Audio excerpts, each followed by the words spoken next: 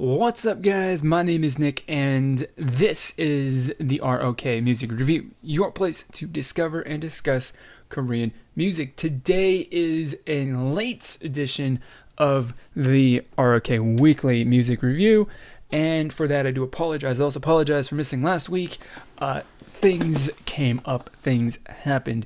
So there is that. Next week I'm going to do my best. I do promise to get this one out on Sunday as it should, but you know, who can say what will happen?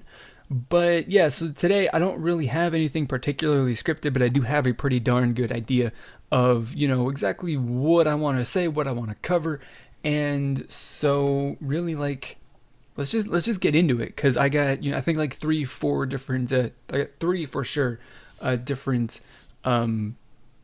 different categories, different segments that I would like to cover. So first off, let's get started with a brand new segment that I'm going to call the topic of the week, which we're going to talk about one single subject that's kind of pertinent to something that may or may not have happened over the week, or just an idea that I had that I've been thinking about over the last week. And for this one, we're talking about CLC and, like, what is the future of CLC and all of that. So of course, that's kind of in the context of their newest album, Crystyle, their sixth mini album, I do believe it is. The promotion track for that is Hobgoblin, something that is like super, basically a copy of anything that Hyuna has done in the last 2 or 3 years.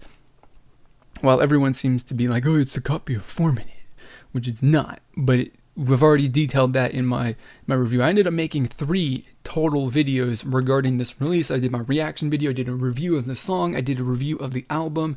That's what I did, because it's legit a really good comeback, and I do hope that they continue with this. And that's kind of the thing that I want to discuss, though, is what exactly is the future of CLC? Right, what is Cube going to do from here on out? Because, of course, you know, at the end of the day, right, Cube has to run a business. They have to make money, and they got to make, you know, business decisions that are going to pay off for them. Like, they cannot, you know, take losses constantly and just suck it up and eat it and keep doing whatever it is that they're doing that's failing. So, you know, I kind of think that that's really one of the big reasons why, or one of the big reasons, also possibly maybe tiny bit motivated by the fact that 4 Minute is no longer in the lineup for that company. So it kind of freed up the idea for this group to take over that imagery for the within the company. Different topic, different day. I don't want to go into that. There's plenty of people on that I've seen on Twitter that absolutely hate and despise 4 Minute, Cube, I should say, as 4 Minute fans, and that I don't want to get into that, because I do not really share their hatred, I should say. But it's a really kind of complicated situation, right? Because so from their debut, right, Pepe was a spectacular song. It was really, compared to the rest of their songs, it was a spectacularly received, you know, song and album. It's definitely, you know, by far their, you know, most downloaded, most streamed, most bought, whatever, you know, single and album that they've ever released. You know, and after that, it's kind of been a slow decline to, well, obscurity, basically, or just being mediocre. And it was really tough, I think, for the company to balance the things, because, you know, they had one member of this group who was tied up by Mnet as a member of Produce 1, or as a contestant on Produce 101. She didn't make, I don't remember correctly, but I don't think she made IOI. And so then she was introduced into the group for their comeback before the album previous to Crystyle. So their most popular song, or their whatever the heck you want to call that, was I would say their most popular song other than their debut song. Definitely, I think it had bigger numbers, relatively speaking. And I think that really comes down to the injection of a member from who, you know, had gained fans and all that stuff, and gained some attention from Produce 101. So, you know, the first 2 releases were, after their debut, were pretty bad, and people didn't really, like, you know, latch onto those in any way. And it's really, really, really, really kind of sad, that that's the way that it went. I mean, they didn't have very particularly good songs. They didn't have, didn't really have any, members of the group, I would say, really, that anybody particularly cared about a whole lot. And, Cube was just doing a particularly bad job managing what they had at the moment. I think. But of course, I have no idea what was even going on. But all I know is, their debut song was really, really successful, and then their two releases after that were complete and utter flops. Their third song definitely more so than their second song, but their comeback set 2 and 3 were definitely not good. And then that is when you get the introduction of the member from IOI. You got their High Heels music video with her. And then you've got the song off of, was it Nuclear? Nuclear was the fifth album. And, those are, relatively well received as well. And then, of course, the numbers between, High Heels to No Oh went up, which is good. You always want it, regardless of, how small the numbers are, you always want to be going up. You always want to be increasing your numbers and just in general getting better and growing your fan base, which CLC is. But the question now is, how exactly is this going to be received? Because they've built a fan base and all that stuff on people off of this, super. I wouldn't say it's like super cute, but it's cute. It's kind of, compared to the rest of the K-pop groups, it blends in with everybody else. It's super kind of generic looking at the scene today, and that people signed up. They've followed them for 2 years at this point, I think it is. And that's why they like the group. And then now with this, they've gone and they've completely changed it up, and things are not going particularly well. Last I've seen, looking at charts, it looks like they've sold about 500 albums, physical albums, since their song was released, which for a group that's not particularly popular, I don't know if that's good or bad, but it definitely is not good in the grand scheme of every other group in K-pop who's selling, like thousands. So, but of course, the song's only been out for a week, so 500 in a week. I don't know if that's good or I still don't know if that's good or bad. I don't follow the numbers particularly frequently, although I'm going to, because it's kind of important to a certain extent. But I just really hope that with the fact that the song seems to be a bit of a flop in Korea while it is an international hit, because it did actually, just top the charts, the iTunes charts, at least across many, countries around the world. The United States hit one, plenty of places in Europe, it hit number one, hit someplace number one in other places in other parts of Asia as well. So it definitely is a song that international fans are in love with and really, really enjoying. And I think that that's really kind of just the strategy that maybe Cube should be going after right now, is like, the Korean fans aren't going to like it initially, but they have to, Cube's just got to suck it up. You're not going to have the Korean fans, but you do have, international fans. There's the international fans around the world probably equal, if not exceed, the number of Korean fans Korean audience that would support you. So if you are super duper popular internationally, you can be a relatively successful group. And of course, people internationally buy albums just like Koreans do. So it's just the focus on who their target audience is really, and who they're trying to appeal to first, which group of fans they're trying to appeal to first before they work on the others, has to be different, I think, from what 99% of other K-pop groups are doing, where CLC and Cube need to focus and make music that is going to be that is just going to beat every other group in terms of being successful in the reception in the United States and other parts of outside of Korea, whereas other groups are definitely trying to win the domestic market. CLC needs to go and win the international market. There isn't very much competition out there because nobody's really focusing on it, right? I mean, like, you're releasing K-pop music for Korea, right? Because it's in Korean and all that stuff, but you got to realize that, like, the genre inspiration and all that stuff is something that definitely gets a lot of reception and is particularly well received internationally, where it's not so much in Korea at the moment. So, I mean, like, that's really what I think. So, the album sales aren't particularly good right now. I don't know about digital sales or streaming or any of that other stuff, because I don't specifically know at the moment where I could even go to get, good numbers on that, or, relatively frequently updated numbers for that stuff. But I mean, it's something that Cube needs to kind of look at. Just like, maybe their business strategy should be win the international fans, and then the Korean fans will follow once CLC becomes an unstoppable force on the, world stage, and they go starting touring and stuff like that elsewhere. Then maybe the Korean fans will take notice. Like when CLC has like some good music, has some, good music sales, wins award shows and stuff like that on the back of their international fan base, then maybe the Korean fans will, take notice and, appreciate that. Plus, I also do think that, by the time that whole thing, that they build up their momentum like that with the international fans, then the entire style and, influence style of K-pop music will have swung back to being something similar to what they're doing now. Because we had groups, 21, 4 Minute, whoever, who were particularly popular, back when they did their thing. And it's, of course, drastically different than the stuff that is popular right now. So we've kind of swung towards the cute thing.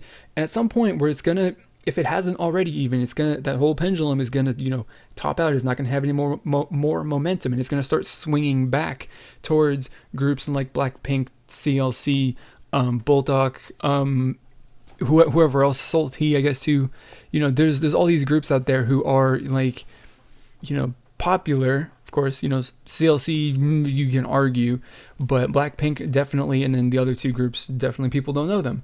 But those groups are like the groups of the future. I think that are going to gain recognition because they've already established their fans for this thing, and then they will, when people's tastes evolve once again back to, like in the badass and hip hop kind of thing in the girl groups, then it's going to be CLC's time to explode, because they're going to have a pretty decent backlog of, songs in their discography that support that. So that's what I got. That's the topic of the week. CLC, what are they doing? What the hell happened to CLC, I should say, in the beginning?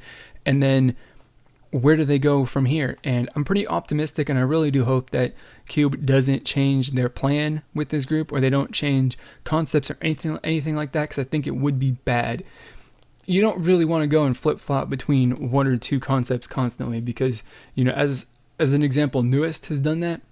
They haven't been particularly, they're a solid K-pop group, but they're not spectacularly well known. So that is that. So we're going to transition over here into the flop of the week. It was something that I introduced in the first, which I guess was the previous weekly review, just to kind of like highlight some fail. And that one I talked about some 21 fangirls coming out to, or I should say 20 CL fangirls coming out to defend their queen. And for this one, I'm going to highlight somebody who left a comment on my Girls' Generation, my throwback reaction to The Boys by, Girls' Generation. It's pretty, I guess, classic, iconic K-pop song from that group. Like, everybody knows it to a certain extent. And, I did my reaction and I said, I think the song is pretty boring. It's not to me, it's not a very exciting song. And, they left, kind of like the typical kind of like internet comment that people hate. And they go kill yourself, faggot, fuck you, all that kind of shit. So it's like, and I know that there's always those people out there, whether you're a fan of Girls' Generation or Big Bang, 4 Minute, BTS, GOT7, History, any of those groups out there, the fan base is, there's many people in their fan bases, and there's one piece of shit in there. Right. But when you go out there and you leave a comment because I said that I didn't like a video, and you called me a faggot amongst a bunch of other, negative and derogatory things that you called me because you don't like what I said, right? Then that paints the entire fandom in a, bad light. It makes everybody look bad. Right. So it's really kind of sad to see that, like, people are so concerned and, apparently offended by other people's opinions that they feel that they need to like insult the person who has the opinion that they disagree with. I suppose because they think that they're defending the group that they love so much, when I think in actuality, in the view of people such as myself and, other people who are, I guess, reasonable in their thoughts and opinions. Like, you're making yourself and the rest of the people that associate, or the rest of the group that you associate yourself with, also look bad. It's like the fans of EXO have a pretty not particularly good reputation, but that's not because the entire fandom as a whole is bad. It's because, the really bad people are super, super vocal and noticeable. And so people are like, well, XOLs are pretty nasty kind of people. It's not really true, but, you got XOLs going to other people's videos or other groups' videos and leaving shitty comments, and that just kind of gives people the perception that, like, oh, well, they're pretty terrible people. So just don't do that, right? Don't be the I guess the flop of the fandom, I guess you can say. Don't be the failure of your fandom and let everybody else down by being a shithead on the internet and giving the rest of your group a bad perception, or giving other people a reason to view your fan base, your fandom in a poor light. Don't do that, because it's not fun. It really isn't fun for me to to have to freaking delete a comment from my channel and report this person for abuse because you called me a faggot because you don't like my opinion, right? It's unacceptable. It really is. And that's just the thing. I want to highlight once again, as I did with the last flop, like, those definitely are not the kinds of people that I would like in my community. You can agree with me or you can disagree with me, that's fine. But when you start getting, when you start attacking and become vulgar and offensive like that, then it definitely is not acceptable, behavior, right? You can disagree, but you disagree and say why you disagree, or you can just say, I disagree, that's fine, right? But have a little bit of respect and decency to it. Like, you wouldn't call somebody that to their face, would you? Because if you did, you'd probably, I would imagine, depending on who you're talking to, you might very well expect to be assaulted. I mean, I think it would be a pretty,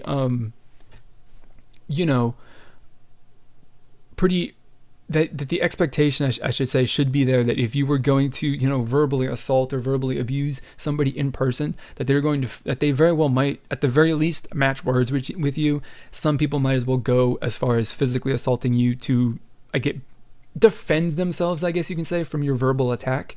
So I don't know why it's acceptable to do that on the internet when you probably have the decency to not do that to people's faces. So, it's a thing that people need to kind of realize, right? You're talking to even though you're on the internet, you're not having a face-to-face conversation with somebody. Like, you are actually, there's somebody behind that screen that you're talking to, and, they have a reaction the same way that you would in real life. Of course, they can't just hit you back, aside from words, which are apparently just really easy to brush off. So that's what I got with the flop. And that actually makes me really, really mad. Like, those comments and all of that stuff just make me really mad. When people just leave those comments that are use vulgar language that just don't add anything to any sort of discussion or disagreement, I really don't like it, because it's like, how low effort can you go? Like, I can say, fuck you, I don't like your opinion, but, or as an alternative to fuck you, I don't agree with you, but that's not productive, that's not constructive, that's not even, that doesn't even have the potential of starting a good a good dialogue over, what our differences are. It really isn't. So just don't do that. And of course, those people that leave those kinds of comments on my videos, those do get deleted. I do moderate my comment section a little bit, but just all I want is some decency, just some common decency in the comments. That's all I ask for. That is all that I ask for. And so we're talking about comments. I think that's a perfect way to transition into the good comments of the week. So I've got, how many? 1, 2, 3, 4, 5 comments that I would like to highlight that I got on my videos from the last week. So we're going to start off on my reaction video for the song Honeybee, which is a song that featured the vocal powerhouse of Luna, Hani, and Solar of Mamamoo, and then Luna of FX, Hani of XID. And we've got this comment from Cameron Johnson that says the song itself is pretty mediocre and basic, but honestly, I think they drastically simplified the song to allow for everyone's vocals to shine, and it works. The vocals are what make this song so brilliant, and I think that's what they were going for. And that's, it's a really actual thoughtful kind of response compared to other people who, as an example, I got a comment that had basically said, this song is lame, just saying.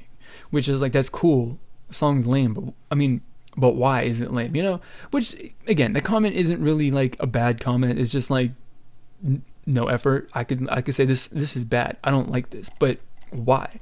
But this dude actually explains, what he likes about it, what he doesn't like about it, and just goes into detail. And I personally, as I said in my, further review of this song, like, I do agree that the music is super, super simple, but it's really meant to be, the platform to elevate the vocals above the music, because having some really strongly composed music or some music that is, entertaining in and of itself would kind of detract a little bit from just the amazing, brilliant vocal performance that was put on for us in that song.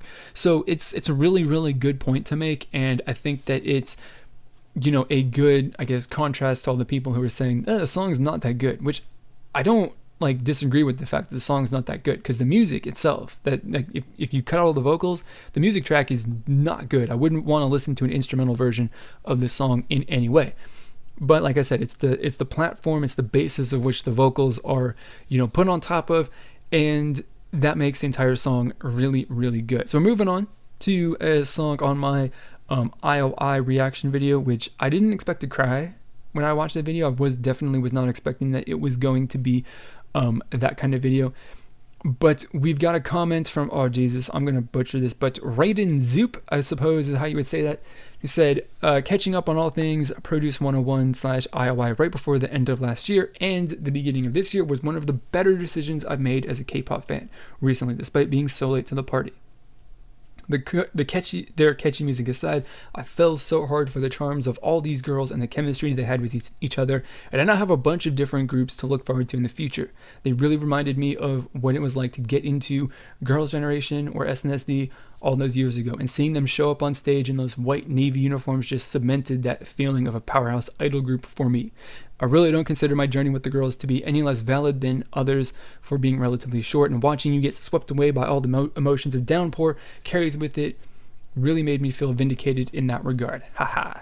And that comment is actually really, really well thought out, I guess, expression of just their journey and why they're attached to IOI as a group. Of course, they brought their comparison to being a group or being Girls' Generation, being at that level, which I mean, I don't know if you would really, if that's really even a discussion or debate that should be had, or I would even want to get into, because I don't. But it definitely is I do really enjoy and appreciate that that comment, because it's really, again, well thought out, and just really conveys what they feel really, really well, really, really, really well. I mean, there were a lot of comments that had the same kind of thing, where people, they're like fans and all this kind of stuff, and they're just really, really great. So I just want to highlight that one. Not really anything to talk about with that, but I just think that it's a really good quality comment. And where was the comment that I don't remember which comments. All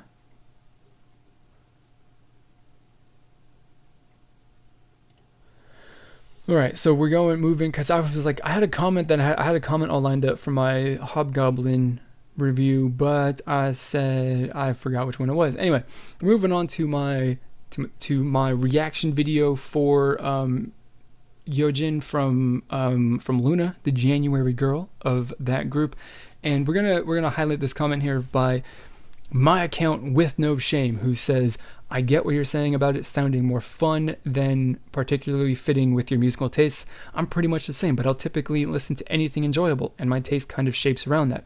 And my reply with that is like, I'm the same way, which is why I listen to everything. Even if it's something that's not my style, I give it a shot. I might really like it. And we had and then their response to that was, that's a very healthy way to be, I think, and very useful to someone who reviews music. It's easier to be objective that way. I did that kind of thing before starting my channel. And, it's a, good thing. And that right there is kind of a highlight of the kind of people that I would like to be in my community to a certain extent. It's like the ideal person, of course, as someone who's in my community, would be someone who kind of reflects my view on music, whereas like there's no such thing as bad music, and you're not going to find what is good and bad to yourself, or what you do and do not like, if you don't listen to it. So that's why I do my best to listen to every single K-pop song that gets released, and also every single Korean indie song that I come across as well. I try and consume as much music as I possibly can, because I might find something that might not be to, like, if I look at the teaser, or I hear a teaser, or I look at some imagery or something like that, it might not be something that I particularly love, based off of that. And if I make a judgment like I'm not going to listen to that because I'm not going to like it, then I'm excluding a song that potentially would be something that isn't normally to my taste, but I still do enjoy. And this song specifically is actually one of those instances where normally it wouldn't be something that I would be like super into, but I mean, the song is actually really, really enjoyable. I really enjoyed it. So, and I wouldn't have heard it, I wouldn't have gotten that if I hadn't actually listened to the song. So, it's something to kind of think about, something that I encourage, and it's also a reason why I make videos for like every single song I possibly can, because I want people to be open-minded, and I want to just explore music and be open-minded myself about what is coming out. So, that is that, and it's a really good, I guess, example there of, the perfect, the like 100% perfect, thought process or, mentality that I want from the people that watch my videos. So I do appreciate that a lot. And we're moving on to the song from Sohyun called "Don't Say No," and I want to highlight this comment from Tiffany Deserves Love that says, "This song is super lit. SM actually gave her a princess song to sing, a cute concept, blah blah blah, but Sohyun decided to rock this kind of concept, and yeah, she's right. K-pop girl groups nowadays are so boring with those cute sounds, and this style is really fresh to hear and see. The song is really good." Yeah, well, I'm disagree with you. Like, appreciate that you disagree with me on that, and I do kind of, to an extent, agree that the concept and the imagery and the sound and all that stuff is definitely different. But again, it's a solo song, so the solo. But I mean, I kind of would compare it more to the solo releases than anything else, and it really isn't dramatically different from a lot of stuff. And also too, I mean, you really think about the K-pop scene, a lot of the girl groups that are kind of like dominating that cute thing are from, I guess, smaller or mid-tier companies, aside from maybe Twice.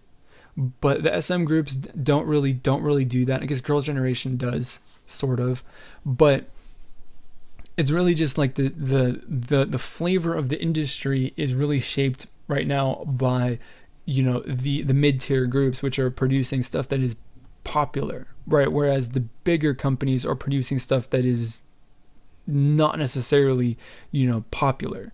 So, I do agree to some extent with that, but I also disagree to some extent. But then again, and also too, I do appreciate, that they disagree and they put their thoughts and the reason why they disagree to words. And I also have to say that I do appreciate the fact that I guess SM gave her the option and the choice on what songs to promote or use to promote, and then she chose one, and she had the option. So I appreciate that too. That's also really, really cool. So those are all the comments that I've got.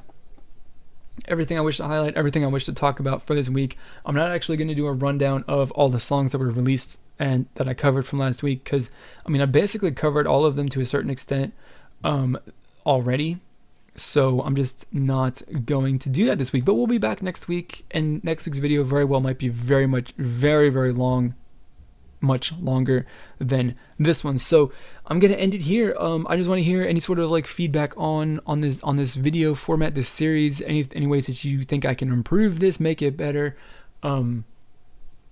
new segments to add. Like one way that I can improve this episode is at least just to have like had a script or an outline of what I was going to say before I went in to record this, but I failed to put in the work.